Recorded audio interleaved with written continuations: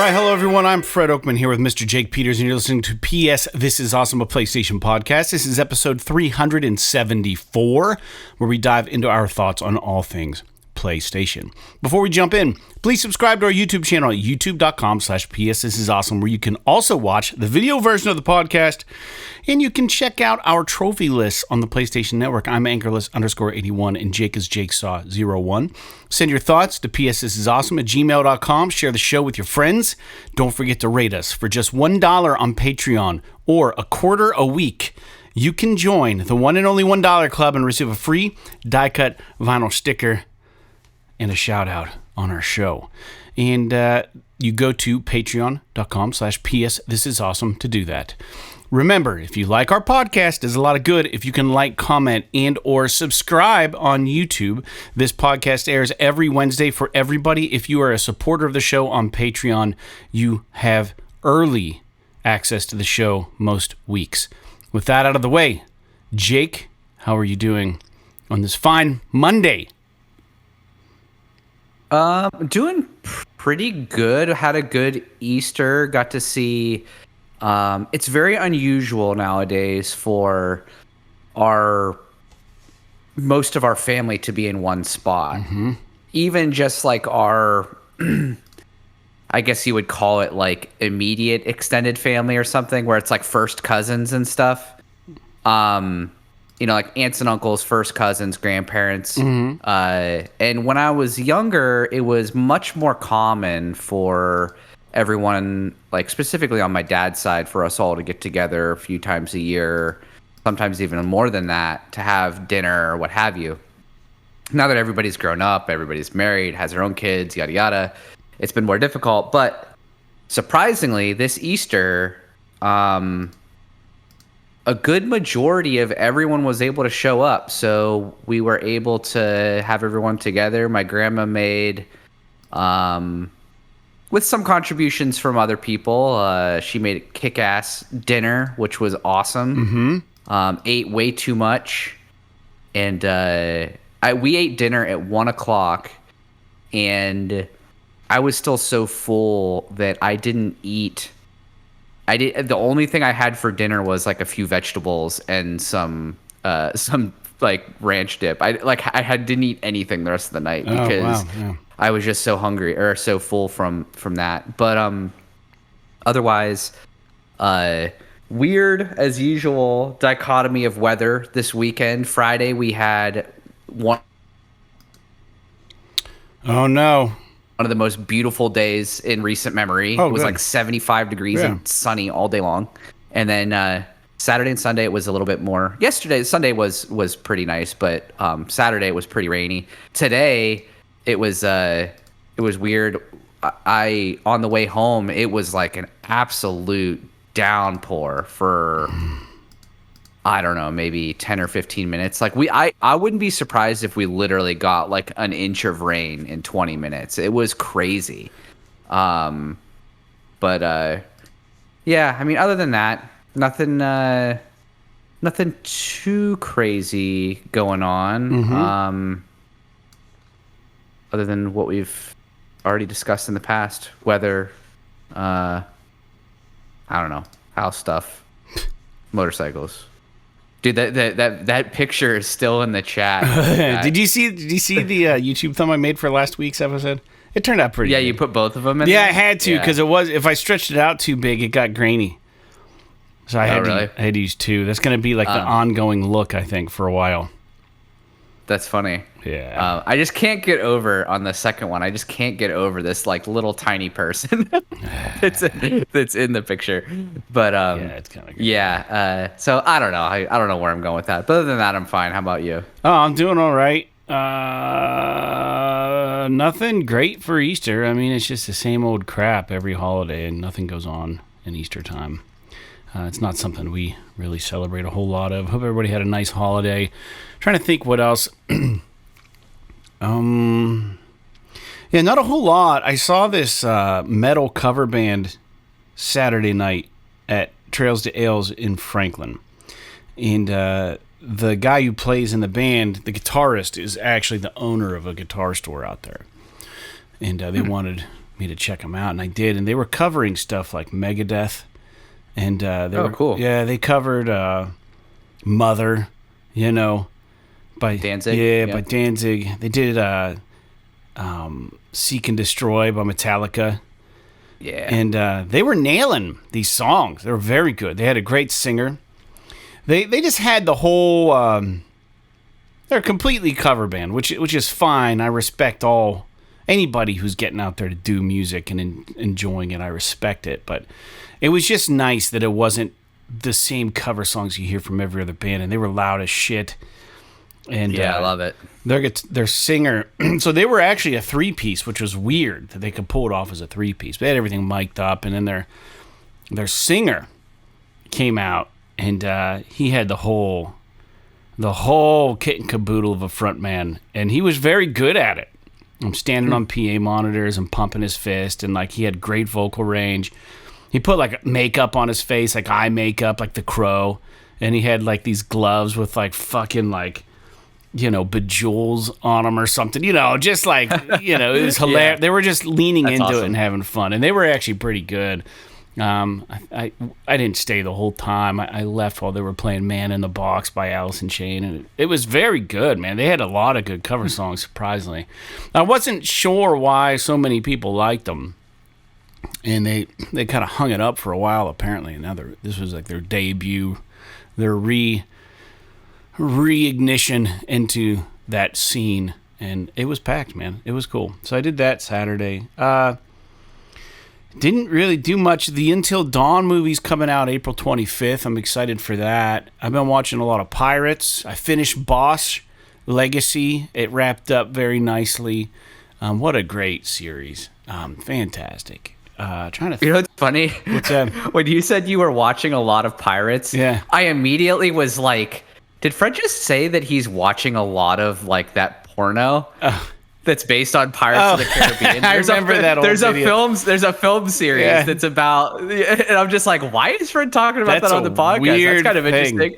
No, the Pittsburgh Pirates. You're talking about the Pittsburgh Pirates, which is less funny, but makes a lot more sense. Yeah, and they're kind of down. I mean, they're not great. They obviously suck, but I mean, like I always try to see the good in the Pirates baseball organization, and I could just make a whole podcast ripping on them or talking about what they need to do differently. I'm not going to do that. I'll spare you guys, the suffering, supposedly. Yeah. But I'm trying to think. I'm sure there has been other shit that's been going on. I do have an interesting story.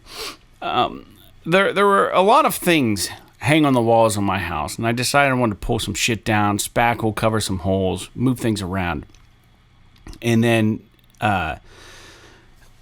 touch up with paint right over the spackle. And I was like, all right, I'm gonna go to Sherwin-Williams, because that's where I got the paint, and see if I can get these swatches in the right color, because I don't want to repaint every wall I've touched. I just want to over the spackle, make it blend significantly okay. And you figure the paint is the paint, right? Like, you get the same fucking color. A machine does it. It's not like you have a person who's like measuring out like I don't know, eye drops of color into your paint can. And you're like, well, this is all machine done. Like, it should just work. I go to Sherwin-Williams. They're open till 6. I go on a Friday, so I'm after work. So I'm there at like 5:15 with 8 different colors I need made. And I go, hey, what's the smallest order of paint I can get per color? And he goes, man, we only have quarts here. And I'm like, how much is a quart? And he goes, well, it depends on your paint, but minimum probably $30 a quart. And I'm like, I am not spending $250 for touch-up paint. But I've already done the damage in the house. So there's spackle everywhere. And I had this project in mind. So the bottom line is, he goes, I used to work at Home Depot, and what they don't tell you is every paint competitor has all of the swatches from all the other competitors in their system. We all run on the same computer system. And I'm like, oh. And he goes, well, Home Depot sells samples for $6 a piece. If you go up there, as long as it's the right sheen and you tell them what you want, they can make them and you can buy them for $6 a pop. And I'm like, he goes, well, I can't promise it's going to be a perfect match because if it's a different paint, like if you're going to go use Bayer with Home Depot but used emerald paint with us, it may not blend perfectly. And then he was also like, depending on how old the paint is on your walls, it could have faded, or what you used is like the initial, if you're just painting, let's say like you're painting over like red wall with like beige paint. They could influence the color or the shade a little bit. But he's like, if you put a couple coats on, it probably will be just fine, close enough. And I'm like, all right, great. I go to Home Depot. What he says is true. I got 8 samples. Set me back like, I don't know, like $45. Not bad, really, when you're just fixing some shit up and you're making shit look nice. And, dude, I fucking got the one wall washed down, and I'm going to fucking apply this paint over the spackle. And it looks perfect, like it's going to be the perfect match. And I put it on there, and it's a little lighter than the wall. I'm like, it's probably just because it's wet. You know what I mean? So when paint dries, it usually dries a little darker. So I let this fucking thing dry. And now it's like drawing more attention to this area. And it's not the right fucking color match. And now it's just like, do I have to fucking repaint all my walls now?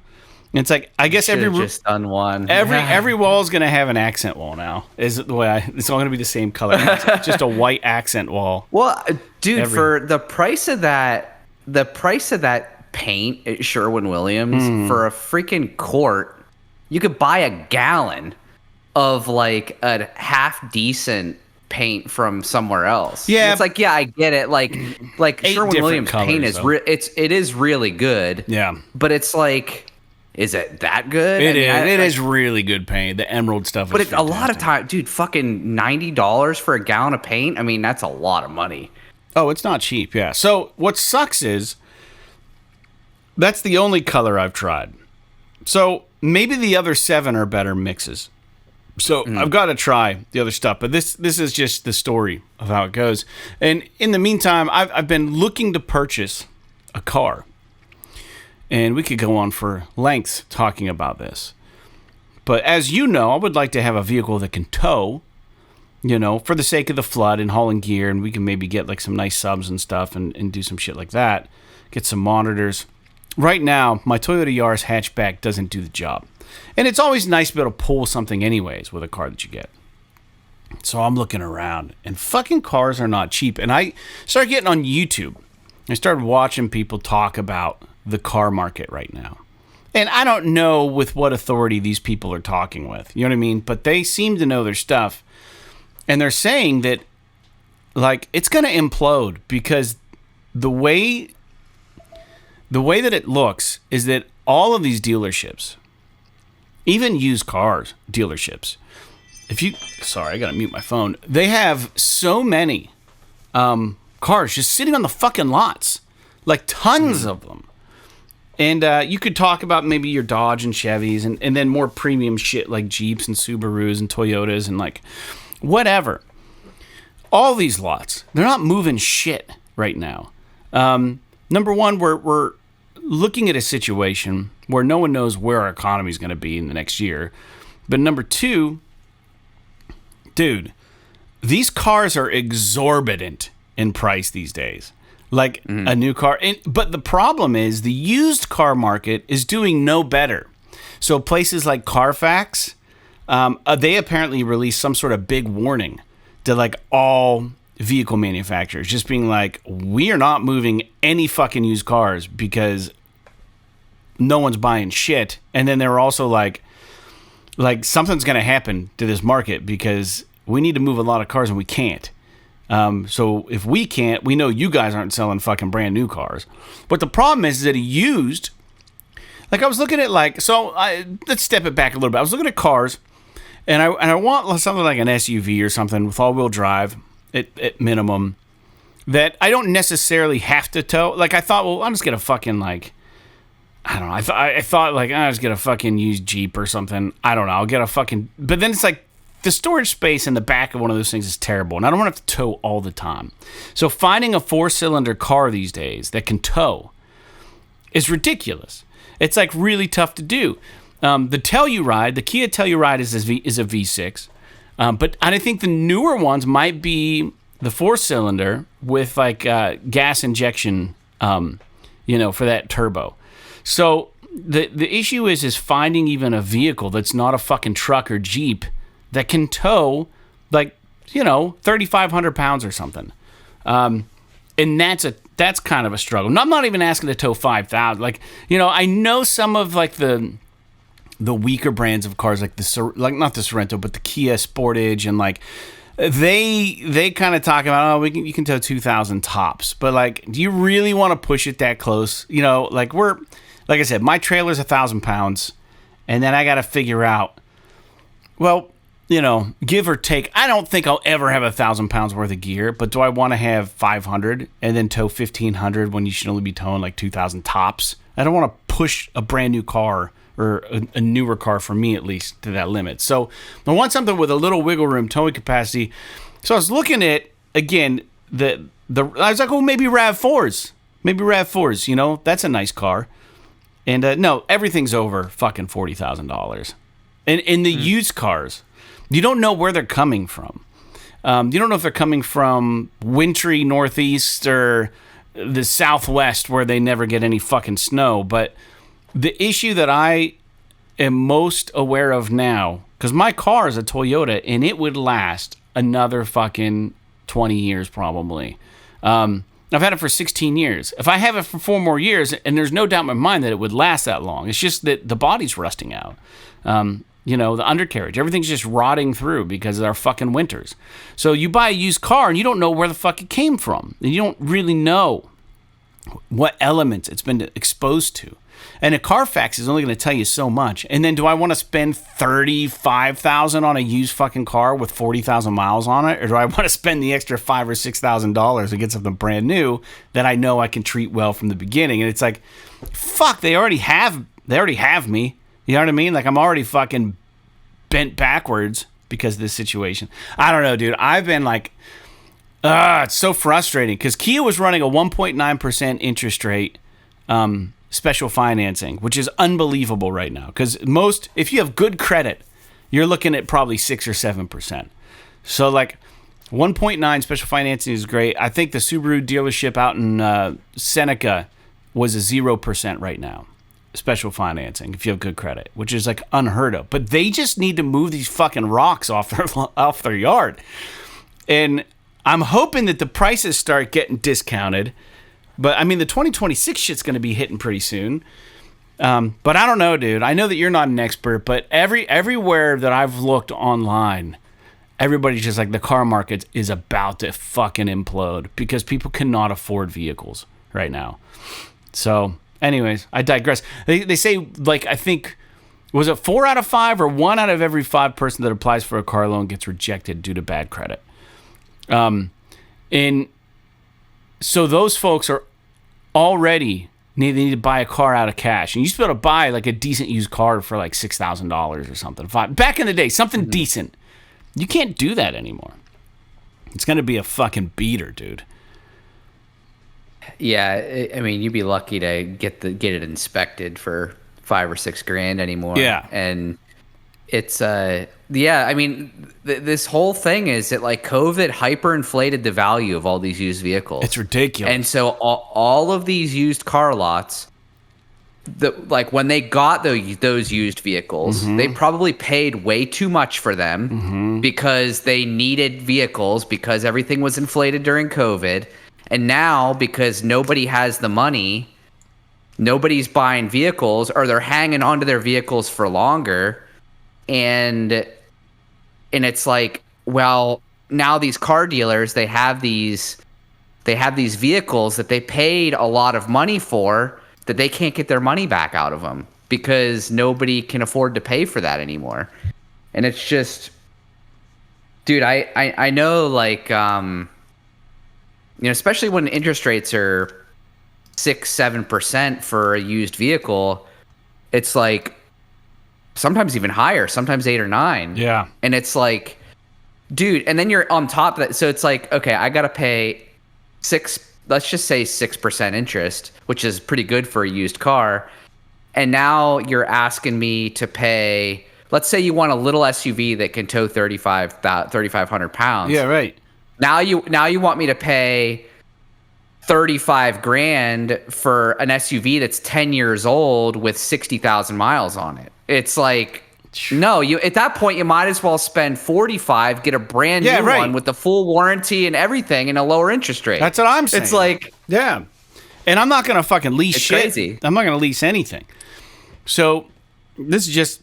Well, you could, like, to be honest, like, the time for you to lease would have been when you were working in Meadville, because you don't put a lot of miles. Like, you could have kept the Yaris, and like lease something little.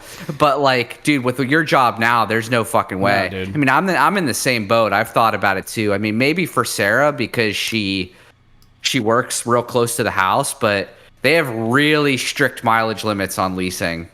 Yeah, and I think it's like 10,000 miles usually is what it is. Yeah, well, but at the same time, it's like, yeah, you're gonna pay it, but then a lot of lease programs now they make you give them like $4,000 at signing. Yeah, you gotta put a huge down payment down.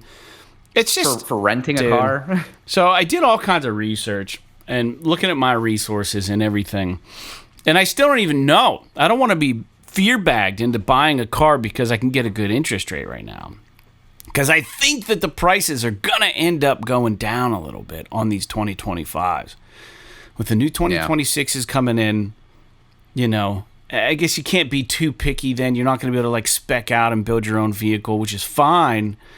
But I was looking at the X-Line Serenos because they can tow 3,500 and it's like right around what I want.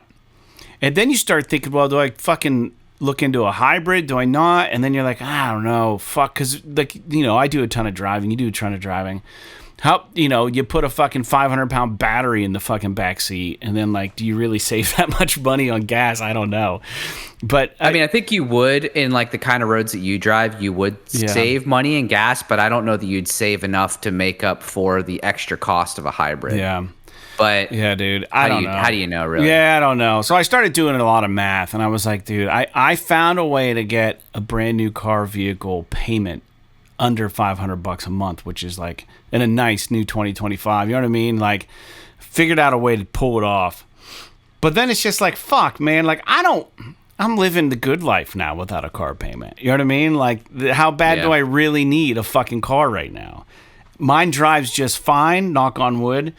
It's inspected for the next year. Because, like, for a trade-in, my Yaris, I'll be lucky if they would even take it with all the rust on it. So then I'm left with that conundrum, that time bomb ticking. And it's like, dude, like, I could, like, try to proffer it up in a trade-in. Bare minimum, get $1,000. Bare minimum. Or at most, I mean. That's what I'll get. They'll take it for scrap, probably. Yeah. Like $500 to $1,000. Or I could try to private sale, maybe get $2,500 out of it because the used car market is shit. So like, oh, here's a reliable car for the rest of the year. I could spend $2,500 on it. Someone's thinking, right? And it would be great for them. Good luck next inspection. But we're only a quarter of the way through the year, and then I'm up $1,500 compared to the trade-in, and then I'm like, well, that's more I can put down on a car. But then I don't want to be rushed, so it's like I'm on that ticking inspection timeline now with my car. It's like its value as a private sale decreases the closer I get to this time next year because I just got the thing inspected. So I don't know how to play my cards. I've been like really overanalyzing and like stressing about this when I don't even really need to, but it's just another stressor in my life right now. One of the things you could think about, though, is that we live really close to Ohio. And they don't have to have inspections. Yeah. So a lot of people with cars like yours will sell them to someone in Ohio that's like, fuck yeah, I'll buy a car for $2,000. We don't have to have inspections as long as it doesn't fall apart on me while I'm driving down the road. Perfect. It's a great fucking car, dude. It's a Toyota with 140,000 miles on it. It's got at least another hundo in there. If if you could keep it on the road. You know what I mean? Yeah. I don't know, man. So that on top of another quick gaming related conversation, and we'll get into what we're playing in news for all the listeners out there. With my YouTube diving and trying to figure out how to save money on things, and I'm also always looking up game shit. I came across a YouTuber that is very much knee-deep into the used game business. I don't know anything about this guy. I don't want to vouch for him or nothing fucking about him. But he did something really smart. So I thought about, I have a lot of old games. You know, PS2 games, PS3 games I'm never going to fucking touch ever again. It's really nice to have them. And sure, I could take pictures of them all, put them on Amazon, get charged a seller fee, have to figure out shipping for each and every one of them to try to turn a buck, right? But this guy is so smart. He's already established. He's doing this every day. He's making tons of money reselling games on his website or whatever, right? So he created an app for people. You scan a fucking barcode of an old game. And right in the app, he's like, I will give you this amount of money for this game. And it's like, wow. But then he also, on the app, also tells you what it's going for, on eBay or whatever. But it's just for the fucking convenience of not having to list it, to do the heavy lifting, to do the whatever. It's a guaranteed amount of money for a used game.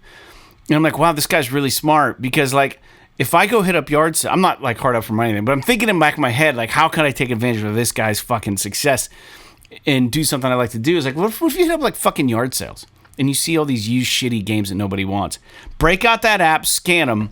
If this guy's going to pay you fucking $3 for Tiger Woods, whatever, and they only want $1.50 for it at the yard sale, you're up $1.50 profit instantly by just picking that game up. So if you get out and do a lot of yard selling this summer, that's an app I would keep handy because I had a couple games that I was looking through of my own.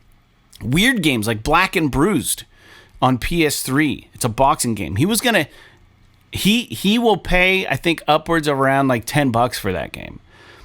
And it's probably rare. I think they're going for $18 on eBay or something, but he would pay $10 for it. And I'm like, wow. I mean, it would cost me $8 to list that on eBay myself and pay for shipping. So that's a no-brainer. I'm not saying I'm selling my collection, but I'm looking at his algorithm to see if it would even be worth entertaining something like this. And I thought it was interesting. So anyways, if you guys are interested in the app, I'm not trying to sell it at all, because I don't know anything about it other than I was dicking with it last night and it was video game related. I think it's called is it Game Flip? Nope, it's not Game Flip. What is it? I thought I bookmarked it or something. Let me see if I have it here. I don't even have it. I don't know what the fuck it's called. Look it up. It's a thing. It's a real thing. Maybe I saved it. I don't know what it is. It's game something. I don't know what it is. That's too bad. Oh, you know where I could look it up? I created a password for a fucking account. Let me see. Nope, that's not it. Quick Flips is the title. Look up his website, Jake. It's weird. It's just Quick Flips as it sounds. I don't know if it's quickflips.com. I think it's something else. But you can search any game on there and just go to search. Type in Black and Bruised. And he's got every game listed on here somehow. I don't know how the fuck he came up with this. Guy must be a YouTube sensation or something. Black and Bruised. Why is it not? I think I have to type out and maybe. There it is. Black and Bruised PlayStation 2. Let me see. It's loading. It says if it's complete, people are paying $10.99 for it. I don't know what he would pay because it's not loading right now. Oh, there it is. He would pay you $3.30 for that game. But let's say you went to a yard sale, dude, and found it for $1.50. Who's selling fucking PS2 games and buying them? Not me. But something to think about, dude. Find a yard sale someone's like trying to sell a ton of fucking games, strike a deal with them. Like, I'll buy all those 20 games for like fucking $20 and go sell them to this guy who will give you money for all of them. Anyways, look for something fun to do. That looks like it could be a way to like do something fun this summer. Yeah.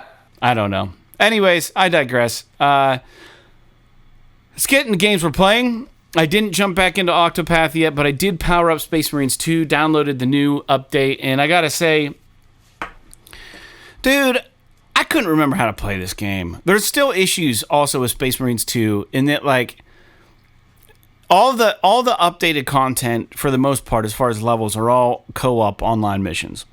So the operations, that's what it is. But you can play them single player and have AI Space Marines alongside you. But anytime I was trying to get into an actual online game, it was erring on me every single time. It would fail. And then I looked it up on Reddit, and they said, oh, it's because you have crossplay on. You got to take off crossplay, and it works. And yeah, there's still an issue with that. So that's weird. And then also the, like I said, I couldn't figure. I didn't even know how to do the count. You know, like it would light up, and you're supposed to hit a button combination to do the counter and like get your health back. I tried everything, and I couldn't remember how to counter, so I just immediately was dying in all these fucking levels, and I'm just like, I'm done with this. I have zero retention of ability with games. Like, if it's not what I'm actively playing, I forget everything about them. I don't know how to play them. I don't know what buttons to push. I don't remember the mechanics. So there's that. But it's too bad because I was all in to try it again, and I just didn't want to go through a tutorial and learn the game over again. So yeah, I don't know. What do you got, Jake? What about you? Well, so I beat Robocop, Rogue City. That game is fucking rad, dude. Especially at the end. Like, I feel like I kind of broke the game, but at the same time, it kind of also, like, reinforced the RoboCop fantasy, where you get these skill points, like, as you play the game. Yeah. And I had a bunch of them left over. So what I did was, you can put them in, like, all this weird stuff, like investigation and focus and, like, all this crap. But I just crammed them all into combat damage, armor, and health. And then I got, like, I got this like top. I was explaining before about like the motherboards you can put in your pistol, so you can like give them all these crazy upgrades or whatever. And I got this upgrade, this motherboard, and upgraded it so that my pistol it was fully auto.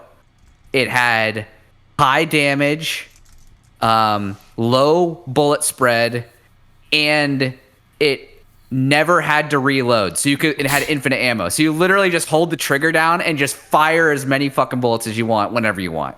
And it just like I said, it kind of broke the game a little bit, because after that point I was just kind of wrecking shop. Yeah. But it kind of just it kind of makes you feel more like RoboCop in the movie, where he just like walks into the room and it's just like blasting dudes. Yeah. Like whenever he, like in the first movie, when he walks into that freaking factory where they're making all the drugs and he's just like killing like 25 people. It's just it's ridiculous. Yeah. So yeah, I did end up beating the game. There's like a final boss part that's a little bit kind of like I don't know what the hell is going on here, but everything else in the game I really did like, and so I highly recommend RoboCop Rogue City if you're into that. If you're into like a goofy kind of sort of off the beaten path kind of first person shooter. Yeah. In addition to that, I downloaded and started this game called I think it's pronounced Anno Mutationem.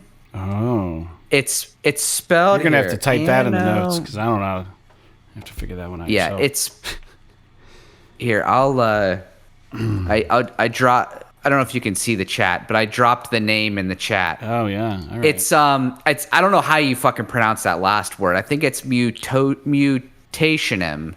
Anno Mutationem. Yeah. But it's hard to explain the art style because it's like a side-scrolly kind of action game, but there's also like this sort of adventure, almost kind of JRPG world map kind of component to it, where like when you're not in these levels where you're running around fighting dudes, like side scrolling and fighting dudes and like platforming and stuff. Yeah.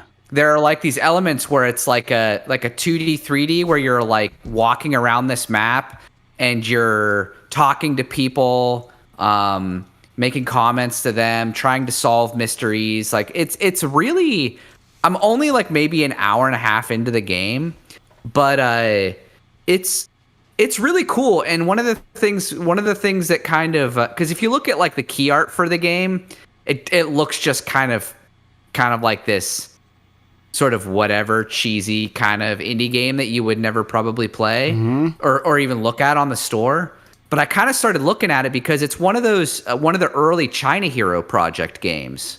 Oh, really? And I completely forgot about it. So I saw that it was part of the China Hero Project. I was like, oh, I'm going to give this a shot. So I started it out, and I don't know how I feel 100% about it yet, but I'm definitely interested in what I've played.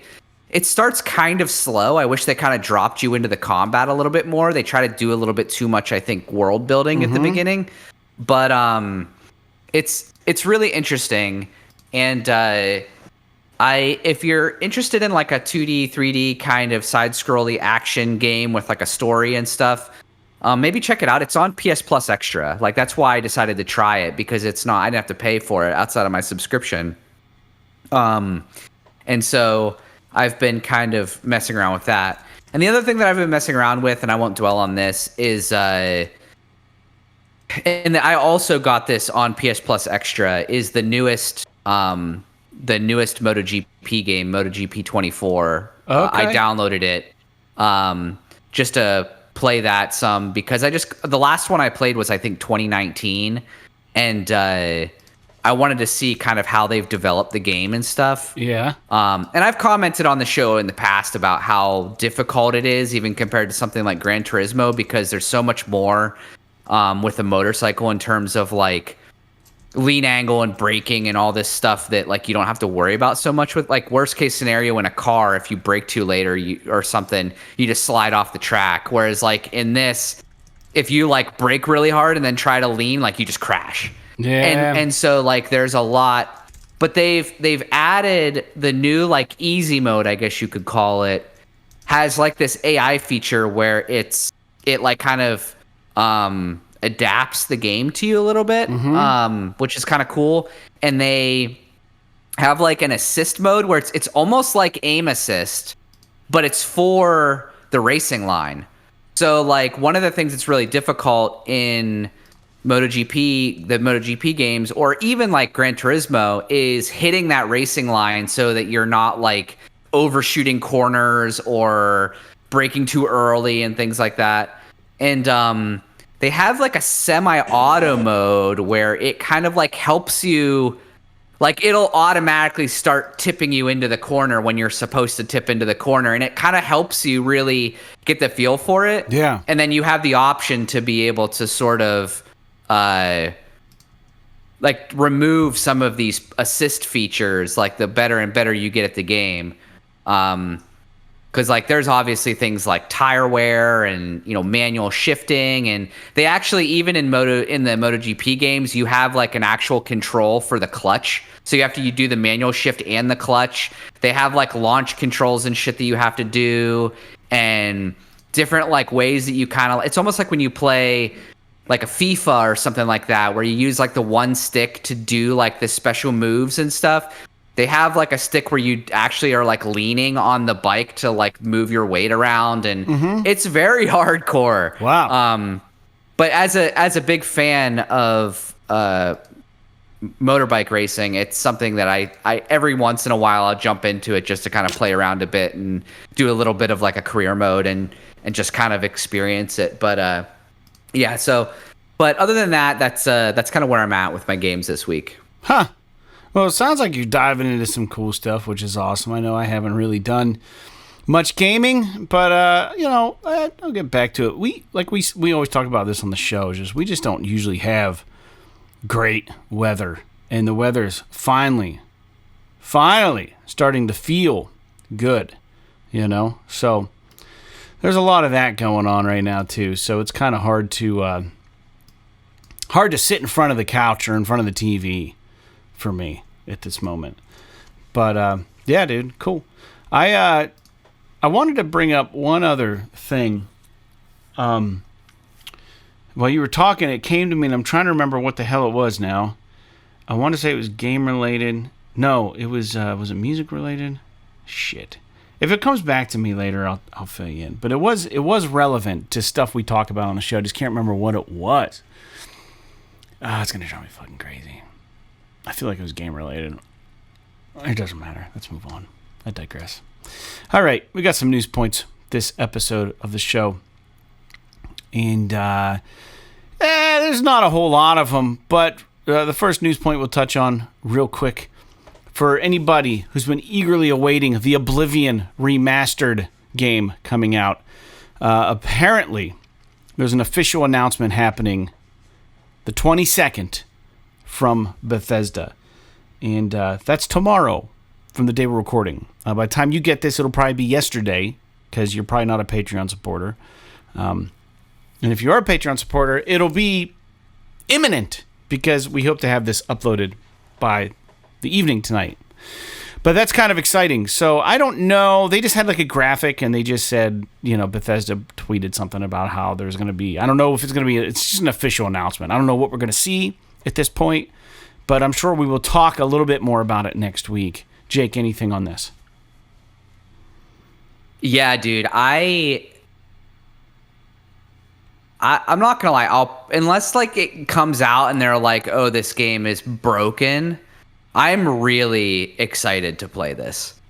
I really liked Oblivion when it came out, or when it. I had so I played it before, like a year or two before Skyrim, because I was late to it, but I wanted to play it before Skyrim came out, so I picked it up, and I had it on PS3. And I really enjoyed it. Like I played all the way through the campaign, and I did a lot of the side stuff. And then as you know, in the Elder Scrolls games, you can contract vampirism. Okay. Which turns you into a vampire. Mm-hmm. And it's cool because it, like, you get all of this like extra strength and health and stuff. But it sucks because you can't go out during the daytime. If you go out while the sun's out, it literally kills you. Like it damages your health. So you have to and you have to feed on people and stuff. So it's really cool. It's really unique. But I contracted vampirism, and if you contract it and you take a health potion within the first day of having it, it'll heal it. But if you don't, you become a vampire and you're stuck with it unless you do this side quest. That is this witch helps you brew this cure for vampirism. The problem is that in the PS3 version of the game, that quest is bugged. So I was stuck as a vampire, and I couldn't play during the daytime at all, which I really wanted to do. So I kind of quit before I got my fill of the game, because I didn't want to start a new character, and then I was like, I'll just wait for Skyrim. So I've been thinking about going back to it, but it's just a really dated game. So now that they're doing this remake, or this remaster, I guess, I'm really interested to see what it looks like, and if it does look like it's worth playing, I am super stoked to go back, because I haven't played this game in, probably almost 15 years at this point. Yeah. So I'd be excited to go back to it for sure, especially since it's coming out on PS5. I mean, I could probably get it for free on Game Pass, I'm guessing, but I think I'd rather play it on PlayStation. Yeah, dude, I've never played Oblivion, ever, and I know that's almost like a gaming sin. I know a lot of people love this game, I've never played it. I know it's not like you loved Fallout 3 specifically. And I think even New Vegas and 4 to an extent, but I don't remember. Oblivion. Have you played any of the Elder Scrolls games? No, not one. I tried to do. What's that big ass one that came out? Everyone went crazy over. No, about Skyrim? Yeah, I tried to play Skyrim in VR.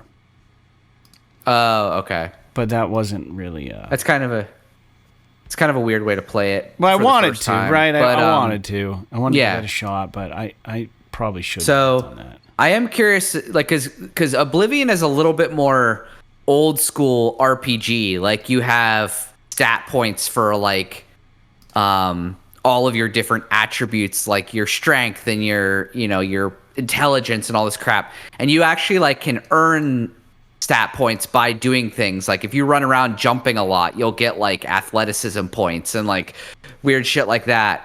It's pretty, I don't want to say it's super hardcore, but compared to something like Skyrim, it's a little bit more hardcore of an RPG. Yeah. And then there's just but if you like Fallout, but you don't, if you're not interested in the fantasy setting, you probably won't like it. Right. But if you're interested in a fantasy version of like Fallout, that's basically what it is. So that sounds cool. Something to think about. Yeah, those games are always kind of jank, but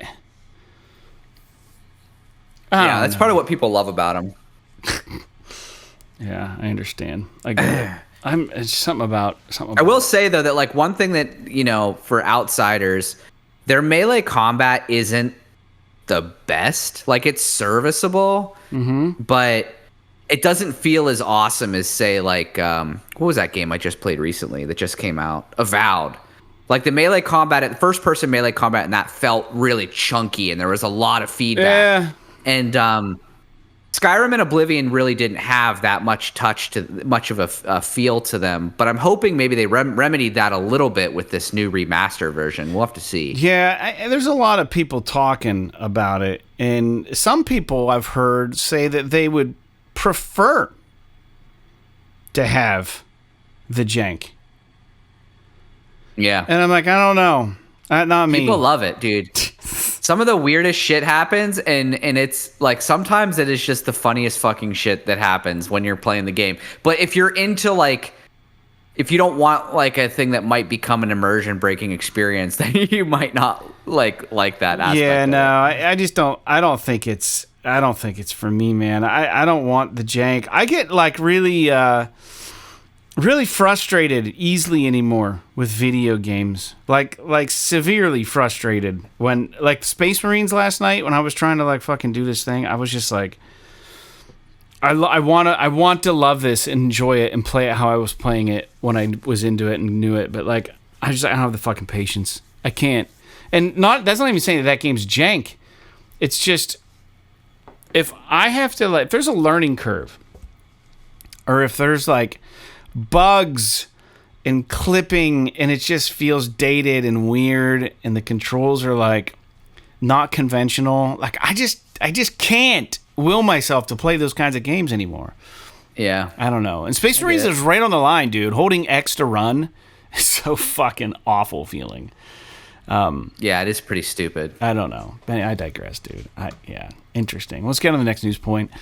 This one's exciting. Doom: The Dark Ages. The official trailer has dropped.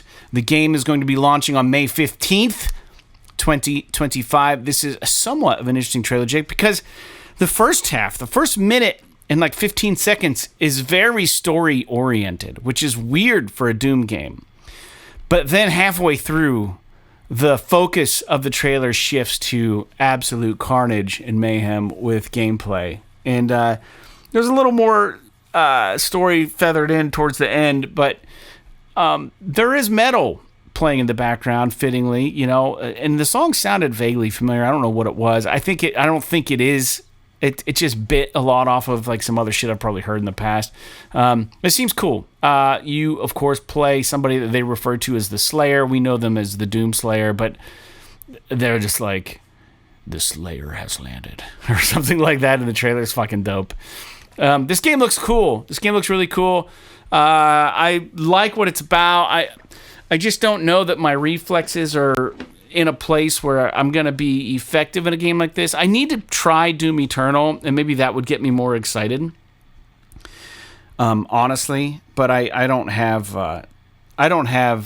Doom Eternal downloaded or anything. So it's one of those things where I feel like for me to really appreciate or get into what this Doom medieval Dark Ages shit is going to be, I need to just come to grips with Doom all over again, because I really enjoyed the Wolfenstein games, the remakes, the redos, and then they tanked them with like the New Blood, or not the New Blood, but the Young Blood, I think, kind of ruined things. I did play and beat it.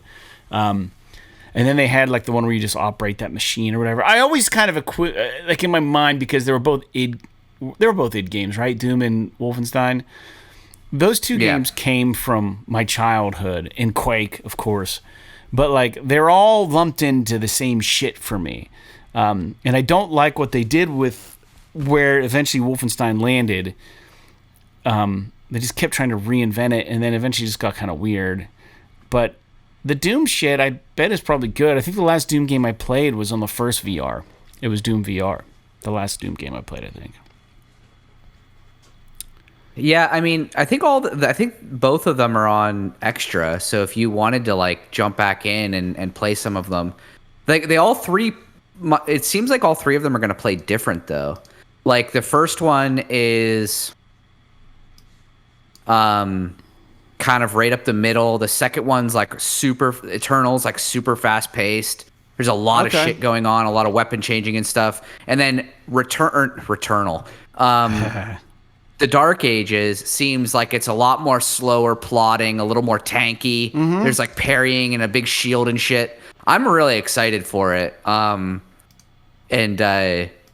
that game comes out in, I don't know, a few weeks, a month or so. Okay. So I'm super stoked on it for sure. Yeah, well, I think it's going to do well. I think people are really excited for it, much like yourself.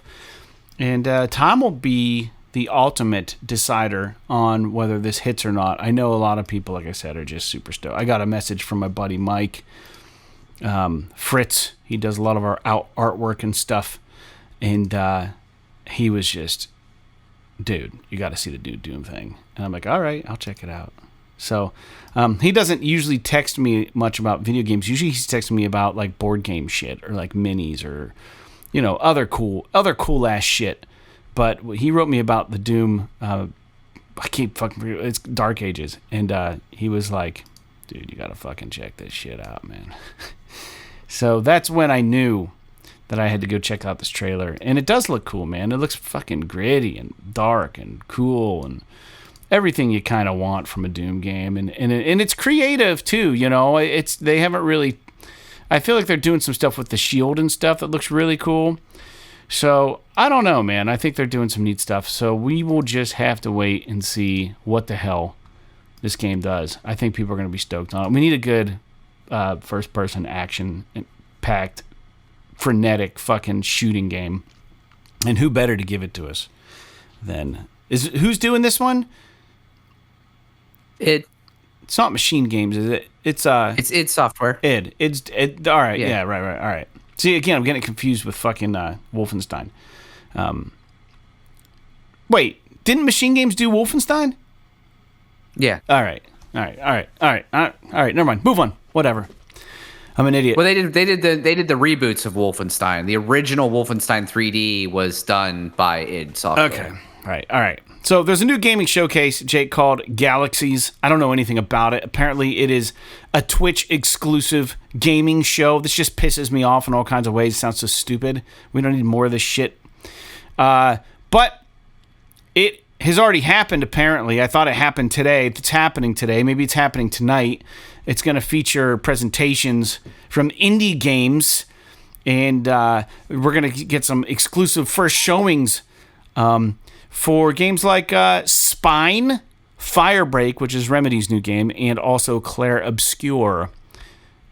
And I don't think we need more of these fucking shows vying for attention. Like, we're just going to end up going back to where we came from. Like, with, I don't know. What do you think? Like, we got the directs, we have the video game awards, we have other shit going on. We have Gamescom, we have, I'm trying to think of the other stuff that we have. I know there's another one that I'm drawing a blank on that happens. The DICE awards shit, even though that's not so much about gameplay and reveals and stuff, but it still covers a lot of game shit. I don't know. There's just, and then there's like all these other little things now popping up, and it's like, I don't know, whatever. Whatever. Shovel the rocks around the prison yard. It's fine. It is what it is. What do you think? Yeah, dude. Who cares? I mean, like it's cool maybe for the spread of the information, the like marketability of the games that are shown. And to be honest with you, like I am curious about Remedy's game, and I am interested in Clair Obscur, but I've already seen so much about Clair Obscur, like there's no reason for me to tune into this. And Spine, I don't know what that is, and maybe it's something really interesting, but I don't know that it's something that I don't know, man. I don't watch things as it is on Twitch. So for me to want to like tune in for a game award show, which one, I don't really watch those. I don't watch the game awards, let alone some random show. Right. And then you've got that it's on Twitch, which I also don't stream any of this stuff. And then, so it's like, I don't know, dude, I pulled up this Spine game. It actually looks pretty fucking rad. It's supposed to be cool. Yeah. It's like a gun fu kind of game. Mm-hmm. It's like third person. It actually looks really fucking cool. Now that I'm kind of talking shit on the showcase. I don't think you're talking shit on the game. It's just like, do we need like no. Don't you think that Spine, maybe looking at how cool it looks, maybe deserves a better showing than this fucking exclusive Twitch reveal that like the majority of fucking people in the world aren't going to watch? I don't know. Who is putting this on? I don't know. I got this off of Push Square. I have no idea. Galaxy's show. I'm trying to see if there's anything about, like, I just pulled up the, like, there's a big Steam link. It's got a bunch of partners and stuff. Yeah. But like, I don't know who's putting this on. I mean, so I hate to poo-poo it. I mean, who knows? It could be a fucking awesome showcase. They're talking about 50 games from AAA publishers and ambitious indie developers. That's a quote from their website. So I am a little bit curious as far as like, oh, it's already up. Interesting. So it's happening right now in real time. RuneScape? Dude, there might actually be some legit shit on this. Well, who's doing it? There's a Painkiller game. Fucking, I don't know. Who's doing it? I have no idea. It's just like some lady standing in like a purple background. Right. Yeah. Right. There's Clair Obscur, which we already seen. What's this game? This looks freaking cool too. I don't know, man. This actually might be kind of neat. Now I gotta walk it back. Now, I'll check in next week after I've had time to digest this. Maybe it is cooler than I thought. But I've never heard of this before. Yeah. There's some really, I mean, I've clicked on 3 games so far, and all 3 of them have looked really neat. So I might be eating my words here a little bit. But yeah, pretty cool. All right. Well, anyway, I don't know. Check it out. Check it out on your own and see what you think about it. Let's get to the next one, dude. This is the PlayStation blog. I talk about it every once in a while. And you guys should check it out from time to time. Oftentimes there's shit on there that the news media, the gaming news media, doesn't really fucking cover. But for anybody interested, there is a nice little teardown video of the PS5 Pro on their website right now. So interesting if you're into that kind of shit, getting a under the hood look at that machine. It's a nice video, and I appreciated it. Also, and we'll talk about both. This is the next news point. We're going to talk about it both. Also on that PlayStation blog, they talk about Days Gone Remastered. And they talk about the different game modes that this game's going to have. It's going to have Horde Assault, Survival Arcade, which is one mode, Permadeath, and then Speedrun modes. So, Jake, having been somebody who's never played Days Gone, does this at all pique your curiosity riding around on a motorcycle in Oregon? A somewhat open world, but also linear story, single-player game, a remaster, for this game. I liked it. Are you interested at all? I'm definitely interested in it. I don't know where it fits in as like a kind of like a big open world game amongst all these other games that are coming out this year. But I definitely would like to play it at some point. It is a gap in like my PlayStation first party kind of knowledge. And I don't like, I'm one of those, I've never been one of those haters on this game. I've always thought it looked kind of cool, and I've never really understood why people kind of shat on it. Like, I know nobody liked the character of Deacon St. John, but it's just like, whatever. I mean, that's the character they wrote. It's not like, not every character has to be freaking Spider-Man or Nathan Drake or whatever. But my biggest thing was that I had heard that, like, the last half of the game, there's a lot of fucking around you have to do. Like just around the open world map to like complete objectives and stuff. And that just kind of like, that kind of made me gun shy on trying it, because I'm so overwhelmed with open world games nowadays where you have to do all this stuff. And especially if it's not really adding that much to the story or the actual experience. I don't know, but yeah, I am definitely interested in it for sure. Yeah, dude, it's gonna be good.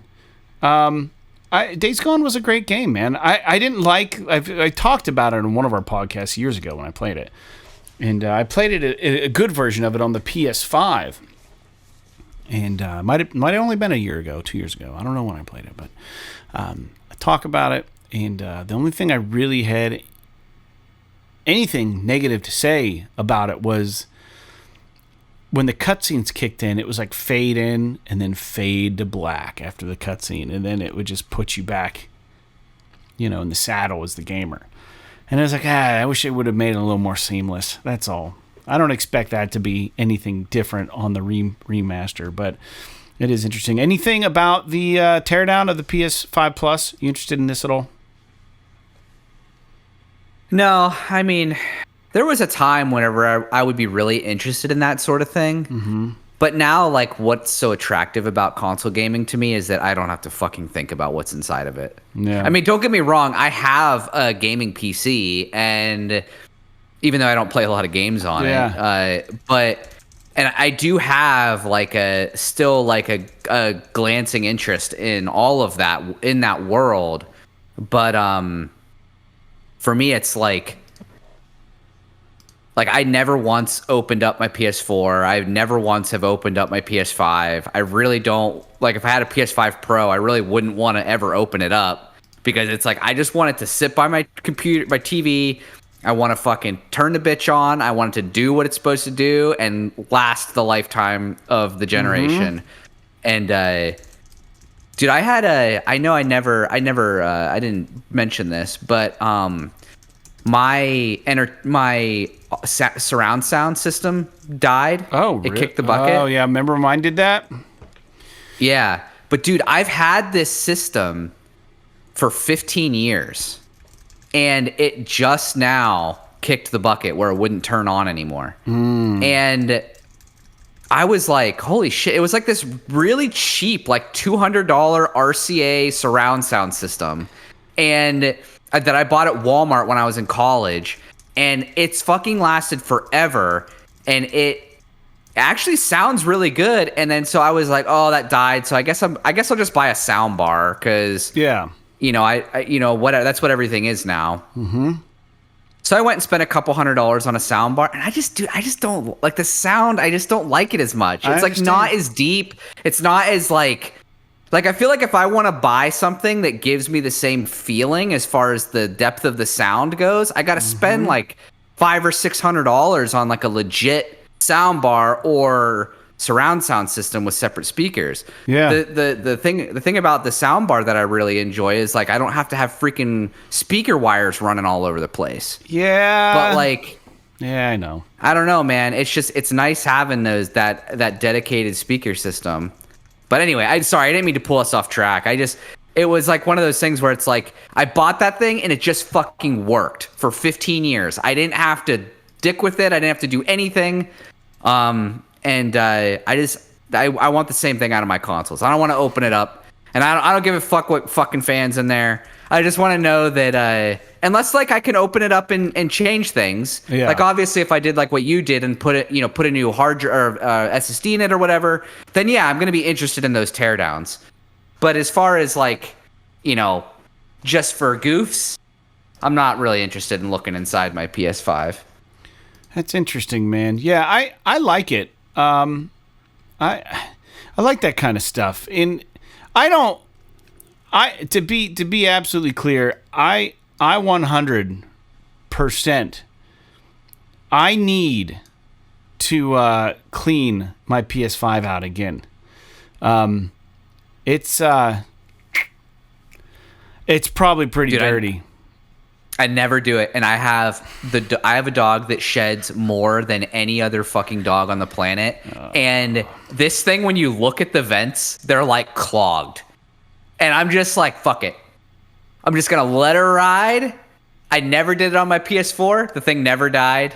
I'm not gonna do it on my PS5 because I'm afraid like if I take it apart and then I start blowing it out and getting in there and shit, that's when it's gonna break. If I just neglect the shit out of it, it'll probably last forever. Yeah, it probably will. Well, the thing is like, those teardowns are nice because you can kind of see how to take them apart if you want for cleaning purposes and stuff. You know what I mean? Like, I know that they're made a little better with like little tunnels and stuff to put your little vacuum in or your little air blow thing. But if you really want to get in there and do it right, it's nice to watch someone else take it apart first. And there's many YouTube videos for it, but it's nice to see something sponsored by Sony. That's all. So it's not just for, like, I guess, installing RAM and stuff, but it is, it's interesting, I think. I appreciate the ingenuity behind all of this new tech. I don't know shit about any of it, but I appreciate how they piece everything together. It's kind of cool. Maybe that comes from, like, my model building interest, but it is what it is. Yeah. One last thing. Sure. One last thing. More on that Marathon game. So Bungie released the gameplay overview of Marathon. It finally hit. Our last episode, the Marathon song, we talked about how they were going to do this, and we'd probably revisit this once it's released. It came out. You can find everything you're interested in over on the PlayStation blog as well about the Marathon overview. A lot of people have opinions about this. I think it actually looks pretty good. There's something weird about the graphics. They look really clean, but they also look kind of they look dated in a weird, in a retro, like a new retro way. I don't know if I like them. It's interesting. I mean, I love everything I've seen from the cutscenes and like the marketing materials of the game. The in-game stuff, I have yet to have really too much of an opinion on it because everything that I've seen is it's a lot of jump cuts and things.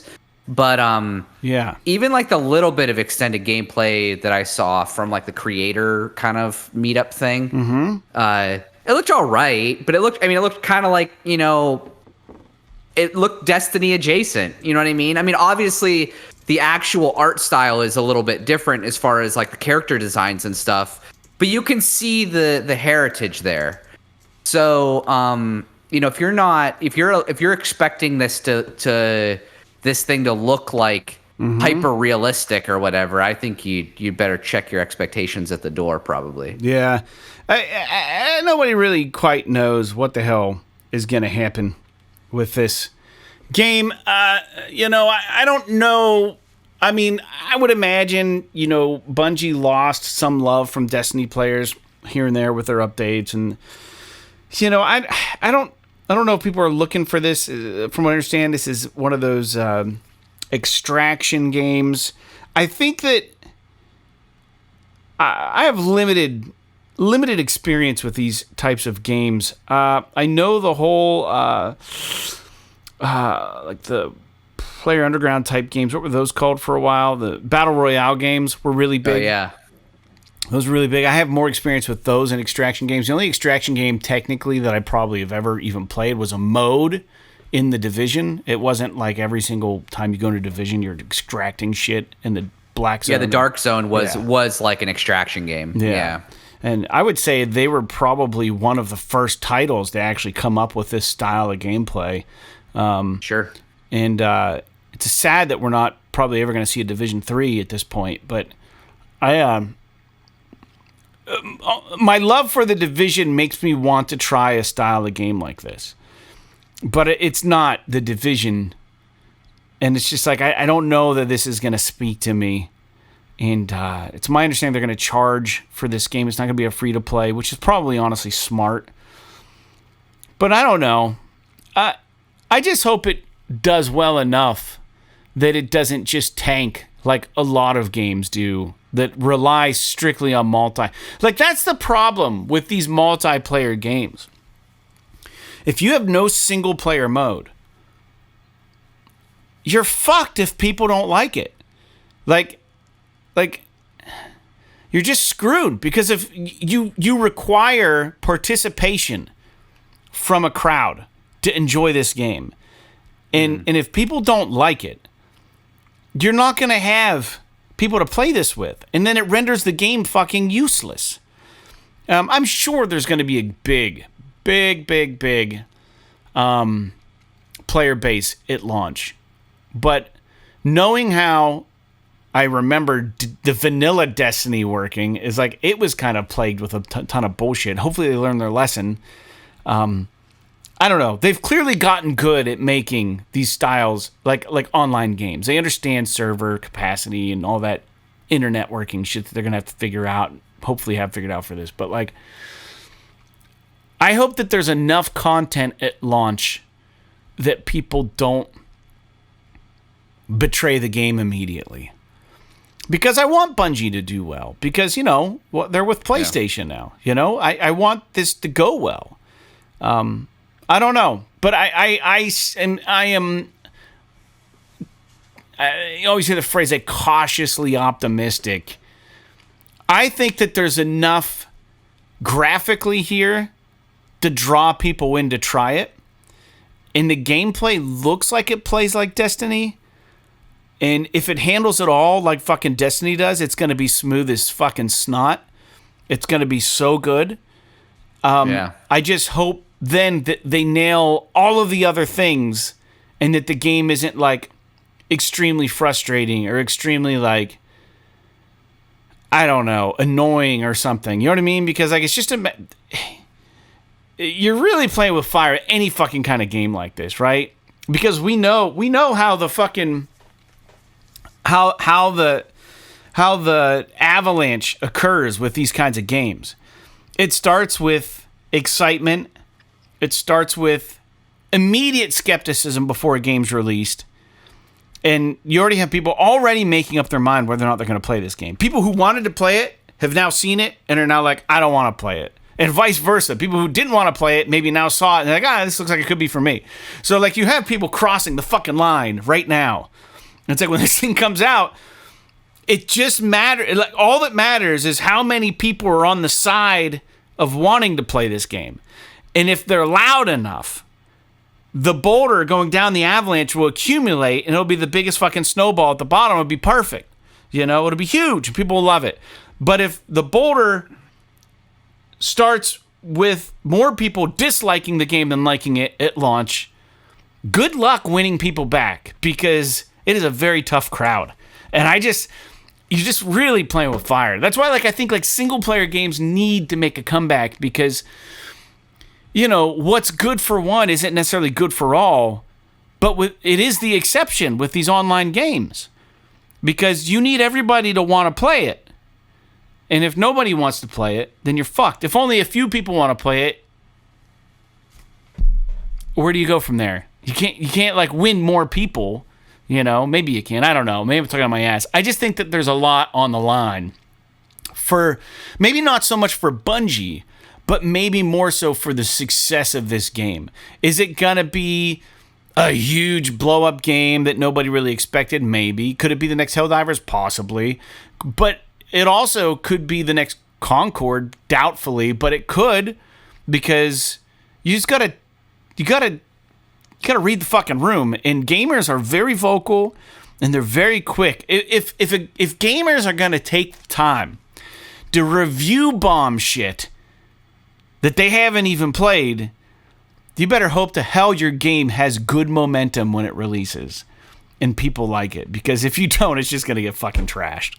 Because I would never want to release a video game in today's climate. I wouldn't want to. I wouldn't want to fucking even come close to that being my livelihood depending on it. People are so fucking rude. I don't know. Anyways, what do you think about this?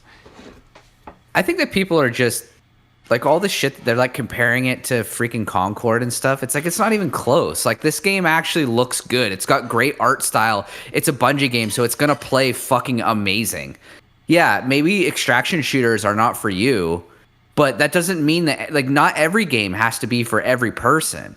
Mm-hmm. It's like, you know, nobody freaking steps on Elden Ring's balls because that game is ultra hard and has a really high barrier to entry. That game sold fucking 20 million copies or whatever. And it's like people just are just ready to just dump on fucking everything now. And it's very frustrating because I'm of the mind where if this game has any chance at having some sort of like single player component, not meaning that you can play it offline, but like kind of like Destiny where I can do runs by myself or something, I may still play it because I know it's a Bungie game. I know it's going to play awesome. It's going to feel good. It's going to have good lore. Yeah. It's going to have a great art style. And sometimes that's all you need. And yeah, okay, maybe this game won't sell 50 million units or something, but dude, I don't know, man. I don't know why we're judging this game before it even comes out, before anyone's even played it. Everyone, like, now granted, they were probably paid to be there, but like, it's not like I've heard a lot of people who've played the game talking shit on it. Yeah. You know, they're all basically kind of just talking about what it is, and everything that they're saying sounds pretty good. So I don't know, man. I mean, from a general perspective, obviously I'm not like really big in multiplayer extraction shootery kind of things, but yeah, I mean, it sounds like if you're into extraction shooters, you're the most popular game on the market right now is Escape from Tarkov. You have to be on PC for that, and that game is mega hardcore. So if maybe you want something that's a little more user friendly, it's a little more down to earth, and it's available everywhere. And if that's the case, I mean, this game's probably for you, and especially if you're into Bungie's history. I don't know. I'm kind of hoping that this is just the silent or the loud minority that's commenting on this thing, because everything I've seen on it, I'm like, that looks pretty good. And then you read all this stuff and people are just ready to just throw it to the wolves. And I just think that people are probably commenting without having any knowledge or experience whatsoever. Yeah. I don't know, man. None of us know. That's the thing, is no one fucking knows. But we're very quick to draw some conclusions from shit we don't know anything about. So that being said, I hope it goes over well with everybody, and people enjoy the game. That's what this is all about, just enjoying the video game and having fun, right? People get so... It's okay if people like stuff, yeah. People get so worked up over shit. Anyways, Let's jump into new games this week. There are quite a few. Again, Push Square did the heavy lifting. We're going to go ahead and read through these. I'm not going to talk about them all. Yeah, there's a bazillion. Last week there was a million too. They're doing a lot of work, man, over there. Steel Seed. These are... I'm only going to tell you if it's a PS4 game. Otherwise, it's fucking PS5, all right? Steel Seed, Hexis on PS5, PS4, Once Upon a Puppet, Sunderfolk, Amarzone, The Explorer's Legacy, Clair Obscur, Expedition 33, April 24th. Sorry, all of these... Well, no, sorry. I didn't. These are all coming out this week. Doesn't matter. I'll tell you the dates of the ones that matter. April 24th, Clair Obscur. Fatal Fury, City of the Wolves, April 24th. That's PS5 and PS4. Logiart Grimoire, PS4. Nano Apostle, PS5, PS4. Super Techno's World. This is important. April 24th, PS5, PS4. Days Gone Remastered, April 25th on the PS5. Economics, Ecognomix, Economics, maybe, like gnome. PS5, PS4, April 25th. Lost Ruins and Two Strikes on the PS5, PS4 on the 25th. The standouts for me, I think we can all agree that Clair Obscur is on everybody's radar right now. That game's supposed to be badass. April 24th, PS5. You're not interested in Steel Seed, the robot porn game? No. Nah, I don't know anything about it. What about Once Upon a Puppet? No, I do like the 2.5D that they talk about, though, but no. Now, I will say Sunderfolk actually looks good. It's a turn-based tactical RPG. So I don't know about using a mobile device as a controller. That sounds fucking dumb. But there was a game. What was that game that was the 3-part game that was... there was something about Sunders. Oh, Banner Saga. Banner Saga. Yeah. I don't think that this is related to that, but I wouldn't be surprised if it was. Banner Saga, all 3 of those games were fucking rad. I loved that trilogy. Yeah. A Fatal Fury, City of the Wolves looks great. It's, a beat-em-up kind of game. But it's actually a fighter, I think. It's a fighter, but I always equate it to like a beat 'em up for some reason. I think I've misspoken about that before. And then Super Techno's World, which is Techno's Japan.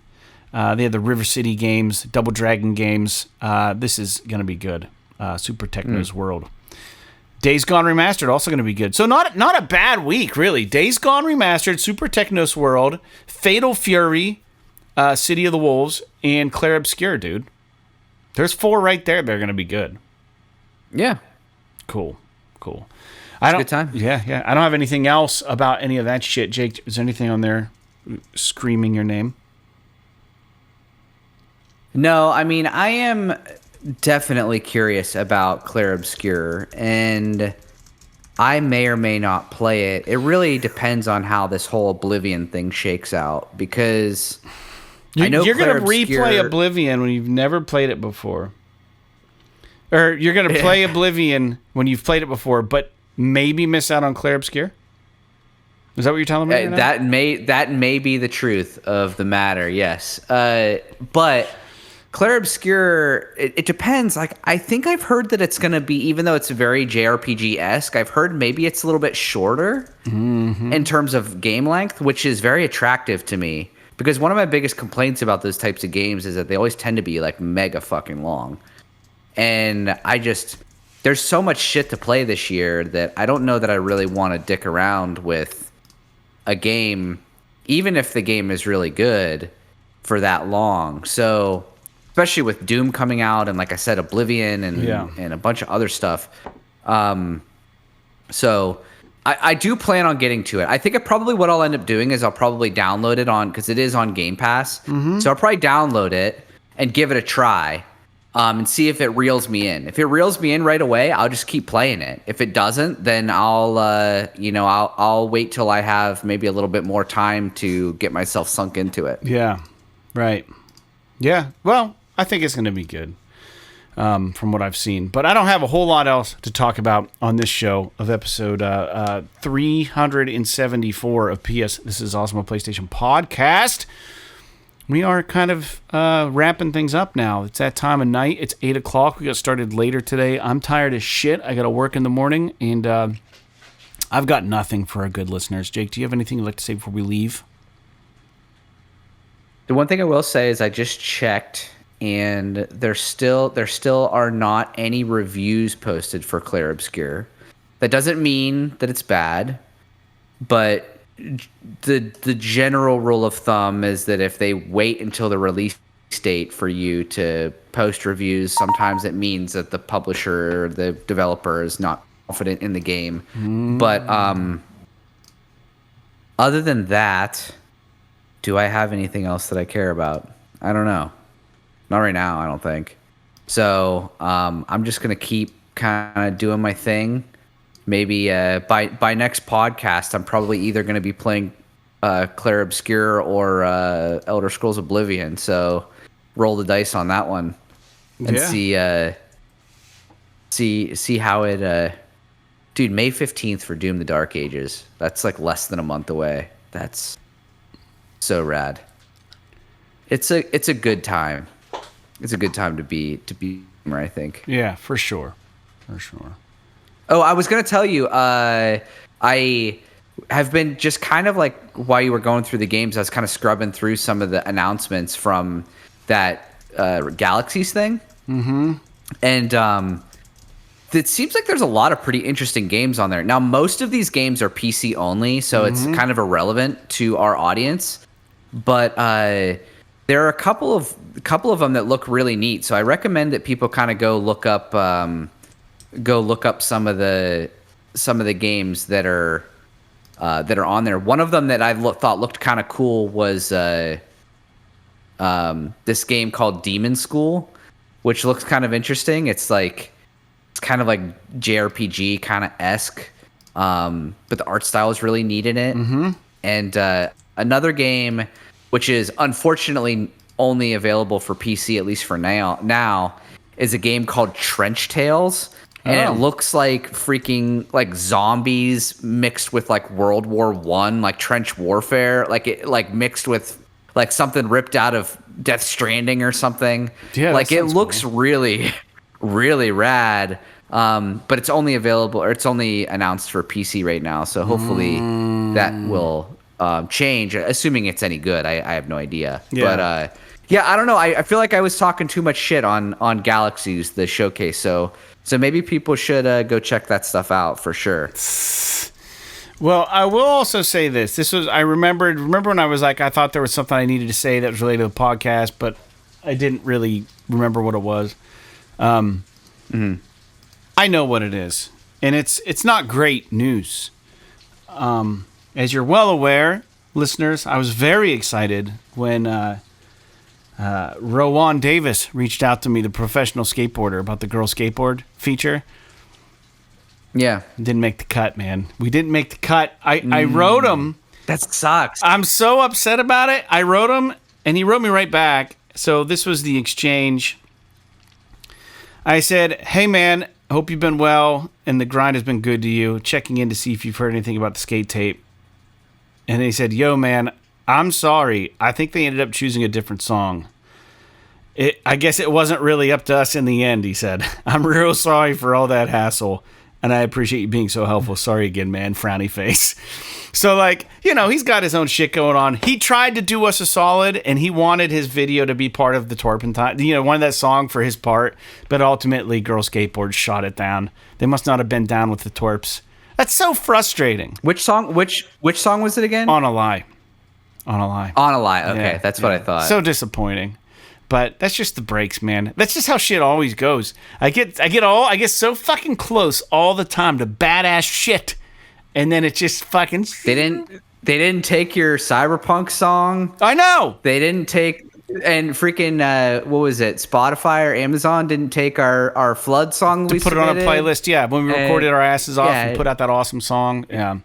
And now Girl Skateboards hates you. It's a hard life for Fred Oakman, But there's also another music related thing that's happening. I used to play in a band called Signal Home. We actually got a record deal at one point, and we were doing a lot of shit, and we were opening for like Hawthorne Heights different days. There's a really cool story here, and I'll share it with you real quick because I found an old video, and Troy was able to rip it to like an MP4 video, and we're trying to upload it to YouTube to preserve it. So December 24th, 2006, true story, we played at a place called Headliners in Toledo, Ohio.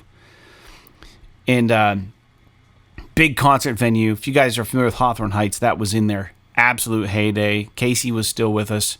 Not with us, but with Hawthorne Heights. He unfortunately passed away. He was in that band. He's their guitar player. But they were absolutely in their prime selling out venues. About a week prior to this show, granted, December 24th is very close to Christmas Eve. So it's a Christmas Eve show. And JT, the singer from Hawthorne, got a hold of us. He was like, hey, do you guys want to open for us on December 24th at Toledo? And we were all just in town, and Toledo's probably like a 5-hour drive for us from where we're at. And we were like, yeah, we have to. But there's a problem. Our drummer, Brandon, was in Washington State visiting family for the holidays.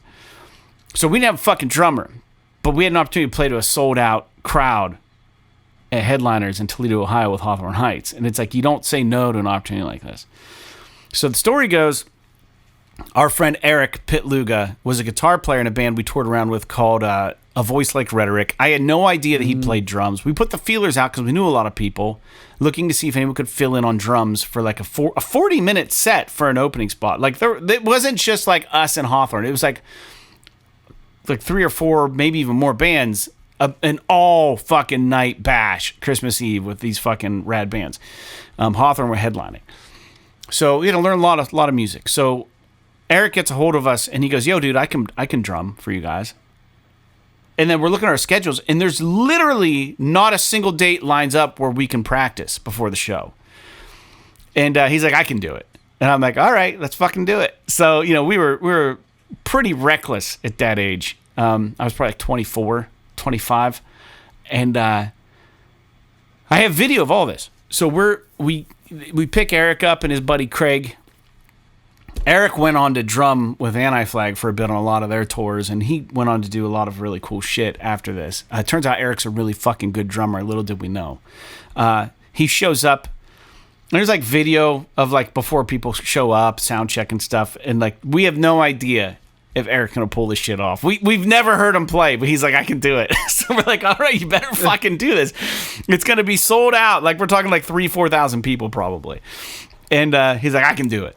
And I'm like, all right. So they got Dan Gribben, the guy who played Lap Steel on one of my albums a long time ago, had their DV camera, and he's talking to Eric, and he goes, yo, are you ready to play drums? And Eric's just being a dumbass, and he's like, oh, I thought I was just here to throw the football around. I got to play drums tonight? And he's like, oh, shit.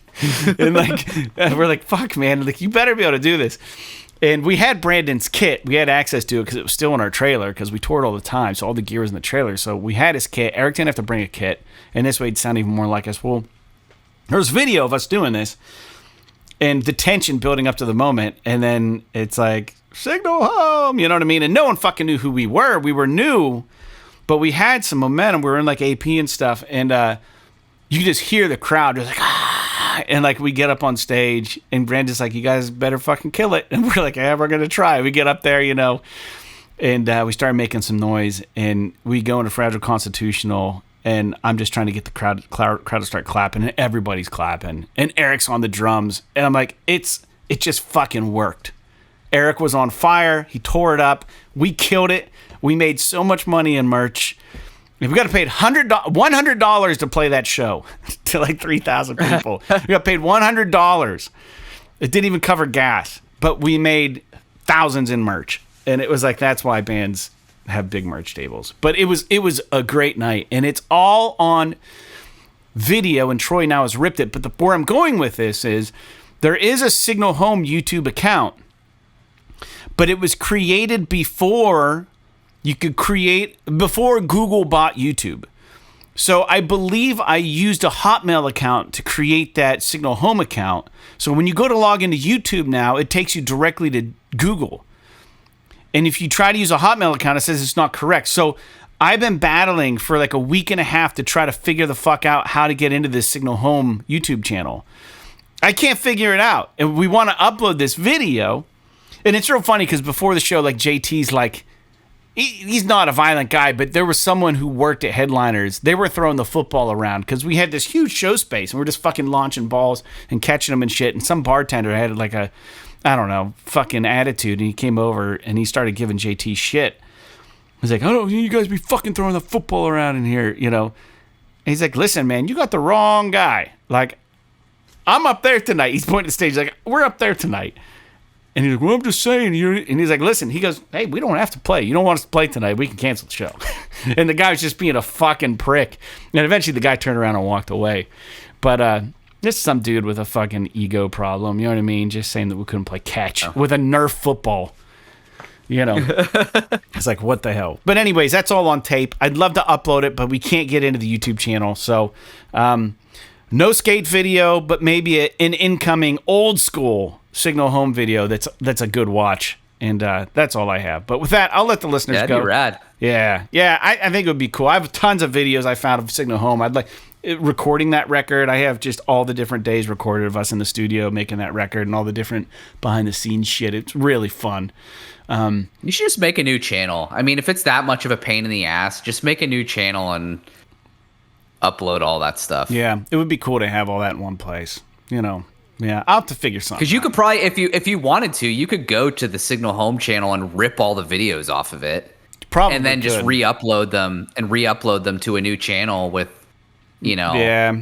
Problem is now they may. I don't know. Yeah, I don't know if they'd freaking try to strike you or something for doing that, but yeah, I don't know. It's possible. I mean, good luck. I mean, like, we're the band, we're the guys. Like, it's our fucking shit. It's hard to prove that sometimes, so, but yeah, I don't know. But we'll see you next week, guys. Appreciate you tuning in. Episode 374, PS' Sauce PlayStation Podcast. We'll be back. Enjoy all the cool shit that happens this week to you. Hopefully all good. And that's all I got. Jake, you're good? Yep. All right. So, like Earth's Dawn, Echo, and Edge of Eternity. P.S. This is awesome. This is awesome.